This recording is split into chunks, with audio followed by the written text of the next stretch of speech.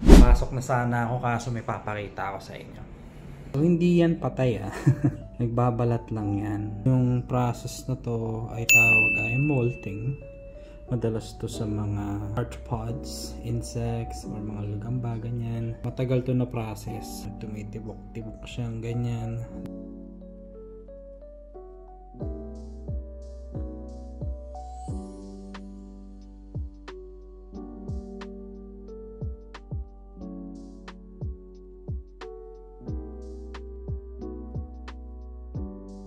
Yan na, nakalabas na siya.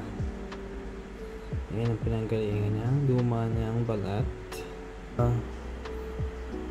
Labas niya talaga dyan. Well, may naiwan pa atang paa dun sa isa pa ng kabilang side. Diba? Yan na, nakalabas na siya. Tapos titigas na lang yung exoskeleton niya. Yan na siya. Pag uwi ko, ito na siya. Yay! Tapos na siya mag-molt.